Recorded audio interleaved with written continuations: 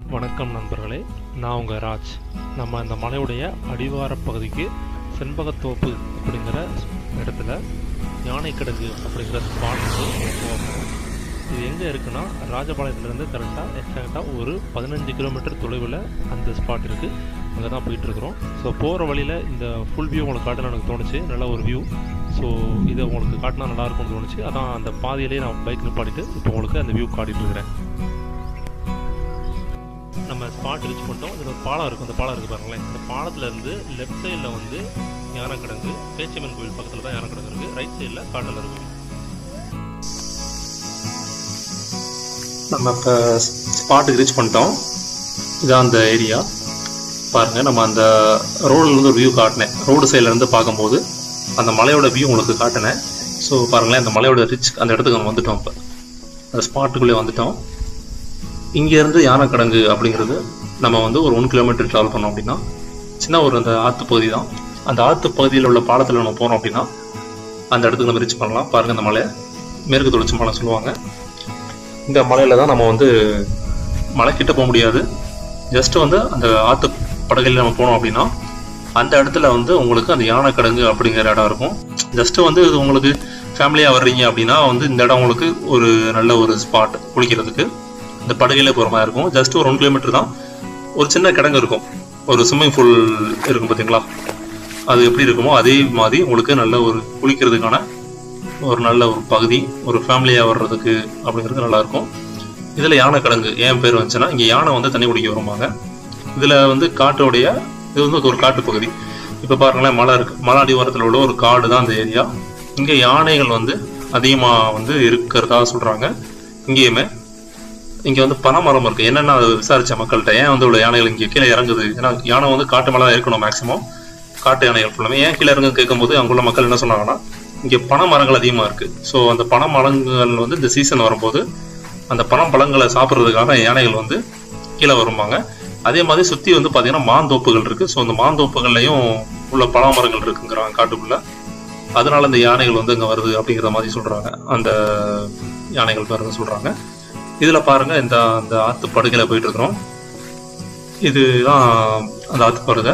இதில் நீங்கள் ட்ராவல் பண்ணி போயிட்டே இருந்தீங்கன்னா அந்த இடத்துக்கு ரீச் பண்ணலாம். நான் இன்னொரு விஷயமும் கேள்விப்பட்டேன். இந்த இடத்த பற்றி சுவாரஸ்யமாக இருந்துச்சு. இங்கே வந்து வருஷம் ஃபுல்லும் தண்ணி வருது அப்படிங்கிற மாதிரி சொல்கிறாங்க. மழை பெய்யாட்டியுமே இங்கே வந்து தண்ணி வர்ற மாதிரி சொல்கிறாங்க. பாருங்கள், இப்போ மழை சீசன் கிடையாது நம்ம ஏரியாவில். ஆனாலும் பாருங்களேன், எவ்வளோ தண்ணி வந்து இங்கே போயிட்டு தான் இருக்குது. கொஞ்சோண்டி ஓடிக்கிட்டு தான் இருக்குது. அது என்னங்கிறத விசாரிக்கும் போது அங்கே ஒரு சுவாரஸ்யமான ஒரு தகவல் கிடைச்சது. இதில் வந்து பாருங்களேன், இது மேற்கு தொடர்ச்சி மலை அந்த ஏரியா வந்து. ஸோ மலையை பாருங்கள், மலை வந்து அவ்வளோ பெரிய மலையில் வந்து ஏகப்பட்ட ஊத்துகள் இருக்குன்னு சொல்கிறாங்க. அந்த ஊத்துகள் வந்து கொஞ்சம் கொஞ்சமாக கசிஞ்சிட்டு இருக்குமா, அது எல்லாமே கசிஞ்சு ஒன்று திரண்டு தண்ணியாக வந்து ஓடுதுங்கிற மாதிரி சொல்கிறாங்க. ஆனால் வந்து இது வருஷம் ஃபுல்லும் இந்த ஊத்துகள் வந்து எங்கே இருக்குது, ரொம்ப பேர் அதை ஆராய்ச்சி பண்ணியிருக்காங்க. எங்கே இருந்து தான் ஊற்று வருதுன்னு செக் பண்ணும்போது அது எங்கே வருது என்னங்கிறது யாருக்குமே வந்து கண்டுபிடிக்க முடியாத ஒரு புதிராக இருக்குங்கிற மாதிரி பேசினாங்க. அது கொஞ்சம் ஆச்சரியமாக இருந்துச்சு. அது கேட்கும்போது அங்கே வாழ்கிற மக்கள்கிட்ட நான் கேட்டேன். ஒரு வயசானவங்கள்ட்ட தான் கேட்கும்போது இந்த மாதிரி சொன்னாங்க. இந்த பார்க்கில் தான் நான் போயிட்டுருக்கோம். அது வந்து நல்ல ஒரு ஆச்சரியமாக இருந்துச்சு எனக்கு. இது வந்து காட்டு பகுதி தாங்க, அடிவார பகுதி தான் வந்துருக்குறோம். இதோட ஸ்பாட் உங்களுக்கு எக்ஸ்ட்ரா சொல்லிடுறேன், எந்த இடத்துல இருக்குது அந்த யானைக்கிடங்கு அப்படிங்கிறது. நீங்கள் இந்த ஆற்றுப்படுகையில் போகும்போது கொஞ்சம் திக் ஃபாரஸ்ட்டாக மாறும். அது யாரும் நீங்கள் எதுக்கும் பயப்பட வேணாம், அந்தளவுக்கு எதுவும் கிடையாது. உள்ள காலை டைமில் எதுவும் வராது. 6 மணிக்கு மேலே இருந்தால் தான் கொஞ்சம் ரிஸ்க்கு. யானைகள் வந்து தண்ணி குடிக்கிறதுக்காக இறங்கும். நீங்கள் கரெக்டாக வந்துட்டு இருக்கும்போது ஒரு தடுப்பணை இருக்கும். தடுப்பணை அது எதுக்கு வச்சுருக்காங்கன்னா, காட்டாத்தள்ள வரும்போது அந்த நீரை வந்து கொஞ்சம் ஸ்டாப் பண்ணுறதுக்கு, அதோட ஃபோர்ஸை குறைக்கிறதுக்காக அது மாதிரி கட்டியிருப்பாங்க. நம்ம செம்பத்தோப்பு இந்த இடத்துல ஃபுல்லும் பார்த்தீங்கன்னா அதிகமான தடுப்பு அணைகள் கட்டியிருப்பாங்க. ஏன்னா அந்த தண்ணியோட ஓட்டத்தை வந்து கம்மி பண்ணுறதுக்கு. ஏன்னா மழைக்காலங்களில் பார்த்தீங்கன்னா தண்ணியோட ஓட்டம் வந்து அதிகமாக இருக்கும், வேகம் அதிகமாக இருக்கும். ஸோ வந்து அந்த வேகத்தை குறைக்கிறதுக்காக தடுப்பணை கட்டி கொஞ்சம் வந்து அந்த மாதிரி கட்டி வச்சுருப்பாங்க. தடுப்பு சுவராக கட்டி வச்சுருப்பாங்க, கொஞ்சம் இந்த வேகத்தை குறைக்கிறதுக்காக. இந்த இடத்த ரீச் பண்ணிட்டீங்க அப்படின்னாலே கிட்டத்தட்ட வந்துட்டீங்கன்னு அர்த்தம்.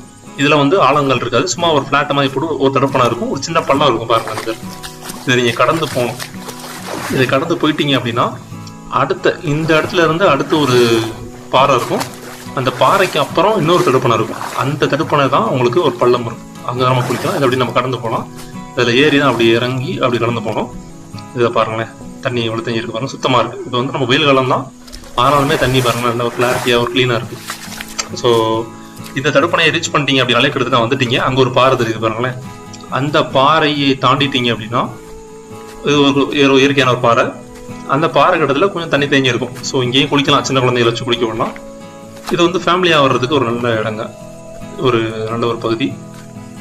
உங்களுக்கு எந்த ஒரு இப்போ வயசானவங்களும் ஈஸியாக வரலாம் இங்கே, ஏன்னா ஒரு காட்டு பகுதி தானே உங்களுக்கு. ஸோ வந்து அப்படியே ட்ராவல் பண்ணி வந்துட்டே இருக்கலாம். அதனால உங்களுக்கு சின்ன பசங்களுக்கு இந்த இடத்துல குளிக்கலாம். இது வந்து இப்போ தண்ணி கொஞ்சம் மழை இல்லாதனால கொஞ்சம் தேங்கி இருக்கு, ஆனால் கொஞ்சம் ஓட்டம் இருக்கும், தண்ணி நீர் ஓட்டம் இருந்துட்டு தான் இருக்கும்.